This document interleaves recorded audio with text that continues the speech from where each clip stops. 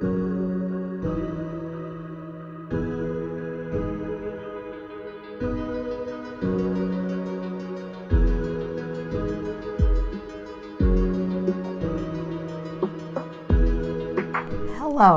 I'm Susie Vance. I have a little cold today with Creating from the Heart, the Artistry of Living. And I'm here with Shannon Anderson, who is or was a teacher and is a fabulous children's book author. Well, thank you. So Shannon, how did you get into this?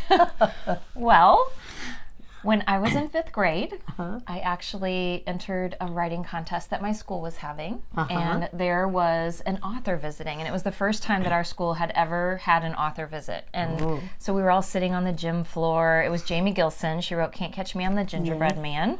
And I still remember her coming up in front of us, and she was holding her book, but she was also holding the book that I wrote, which was just a little notebook that I ripped off the cover and made my own. And you'd done that in school before she came? Yeah.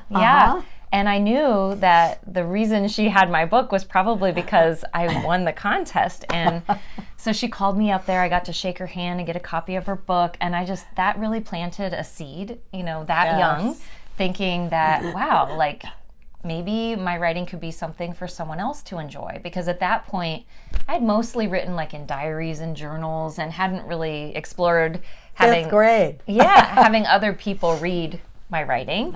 And so there was that. And then when I was in high school, my job was working in the downstairs of the public library, my junior and senior year, and that was the children's area. So the children's librarian left at 4, and I was there from 4 to 8 and took over the basement, I love it. And kids would come and I would get to match them to a book. I would get to read to them if I was done shelving. And I loved, like, when a brand new book would come and I got to read it before anyone else could see it. It was like a perk of the job.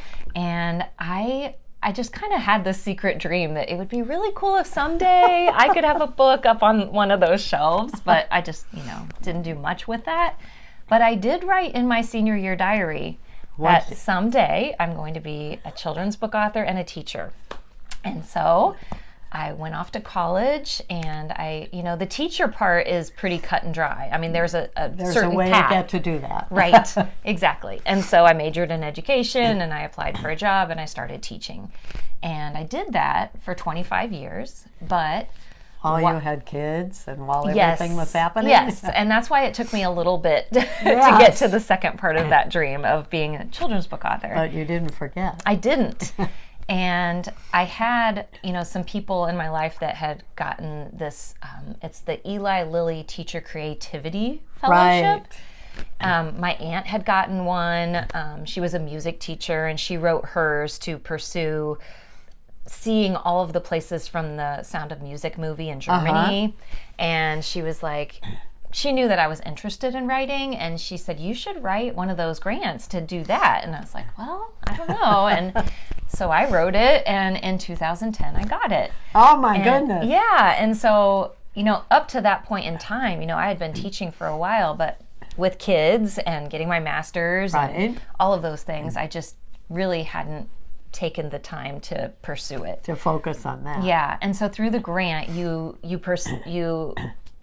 try to share a budget and a proposal for a 6-week project in the summer.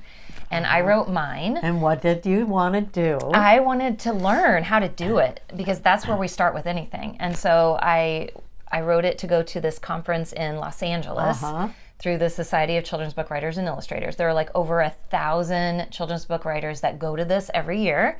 And they have like big name people. I mean, I even met Judy Blume through one of those conferences. I have a picture with her. And so that, and then buying my first laptop, you have to have one of those to write. And then also to go to St. Simon Island to another writing conference. And that one is off of Georgia. And through all of that and taking some online classes, I used my 6 weeks to learn and to start doing. And that kind of set me on my way. Like, at least I knew off and running. Yes, how to do it. And one of my first publications was a little article I wrote for Highlights Children's Magazine. And so that was fun to, finally get something published to put on the resume. And Then I wrote this book about my youngest daughter, Maddie, who had to wear an eye patch, and it was called I Am Not a Pirate. And that was my first book that became published. It was how she got through that with a sense of humor. And she had amblyopia. And so I was able to help other kids who have amblyopia by sharing her story, because when she had to wear that eye patch, we didn't know anyone else. I mean, I know it's a small town, but we didn't know anyone else wearing an eye patch or why they would. And so this gave me the chance to give other kids a book like that, to feel like they're not alone. Well, and also to share with kids who aren't experiencing that, what it's like to understand why. Right. Yes. And so from there, I started doing some author visits, even just with one book, and started talking to kids in other schools, like on my fall break and my spring break. And I was hooked. I was like, this is really fun. I love that I get to reach other kids besides my own classroom. And so I just kind of kept going. And when I got to the point where I had about a dozen books, I was like, I can't keep up with both of these things. And I had taught for 25 years, so I really felt like, I mean, I wasn't burnt out. I mean, it was really hard to leave because I loved it, but I felt like I needed to do that second part of my dream and like really go for it. And so I put in for a sabbatical leave, just to kind of have a safety net, you know, and so I requested the sabbatical in January of 2020. And so what happened during COVID? Well, I had booked all of these events for that next year when I was going to be off, and I was going to do all these author visits and speak at all these conferences. And starting in March, when it was getting really bad, I was getting email after email, cancellation, postponements, and I was terrified. I'm like, what have I done? Did anybody take you up on it online? Some, yes.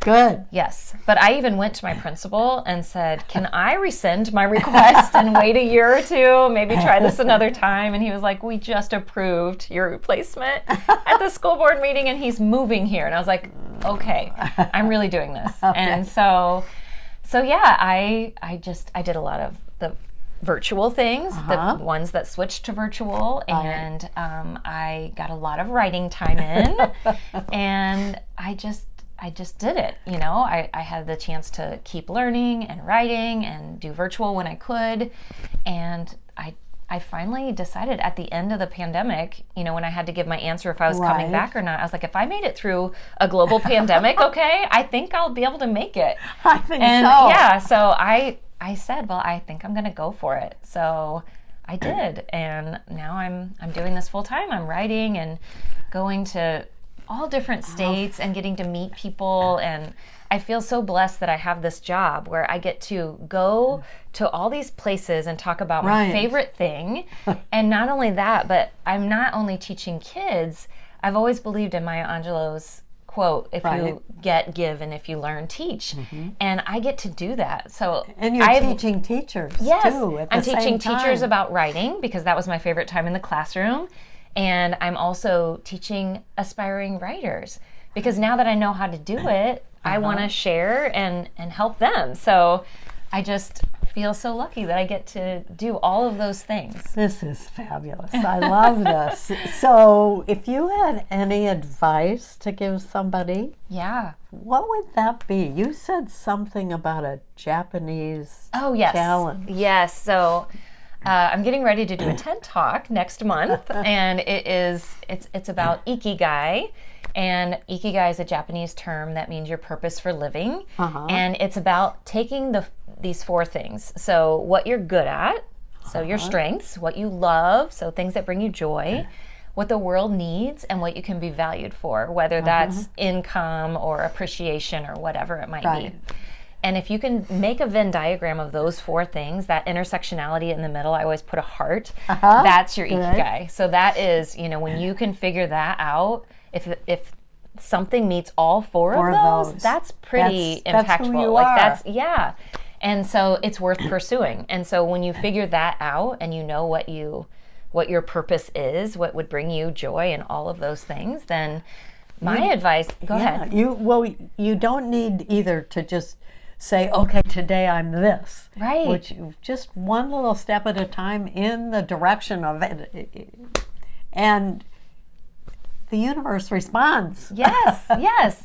And my advice is to just start learning, even if it's small scale, finding someone that is just a little farther on the path than you are, and getting to, talk to them. Like, just ask them questions, buy a book about it, watch a YouTube video, take a class or a workshop, and you slowly start learning. And as you learn, you start growing and you start getting more curious, you get more confident, and then the momentum builds, and before you know it, you're off and going, and you know what you're doing, and then maybe you can help someone else with the same thing someday. So talk to me a little bit about the relationship. You don't do this all by yourself.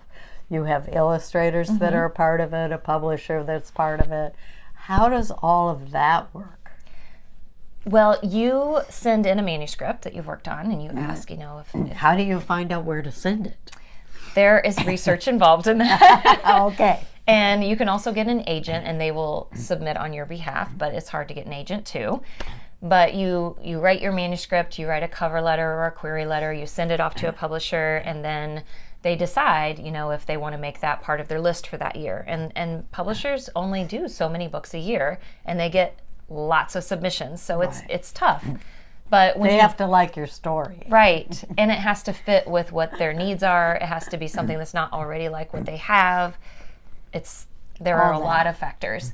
But then what happens is, let's say you get the yes, then they have artists and illustrators that are sending their portfolio links, and even at conferences they are showing their physical portfolios, and they'll look at the tone, the storyline, and they'll try to match the style of art that would lend itself well to your story. And that's the publisher's decision. The publisher and the art director. It's not you. Yep. Nope.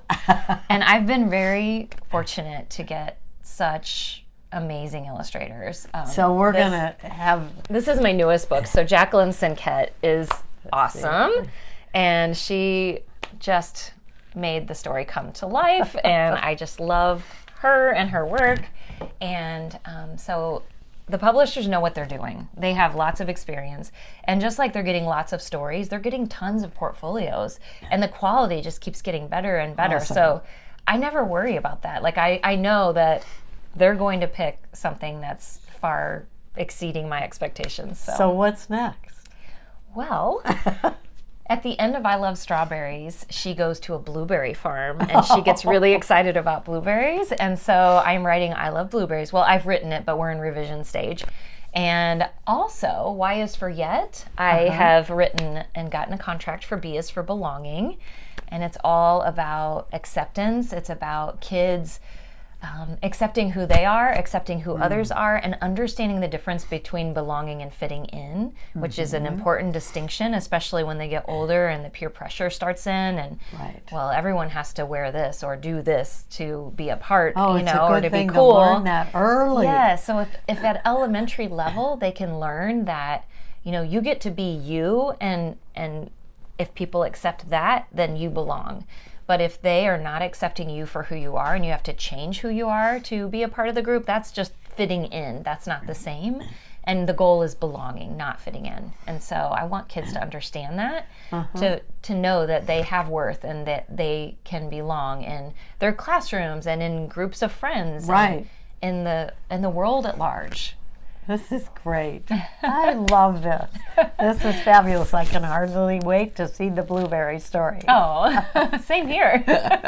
Thank you so much for sharing. Oh, you're welcome. It's been fun to have a talk with Shannon Anderson, Creating from the Heart, the Artistry of Living. We'll see you next time.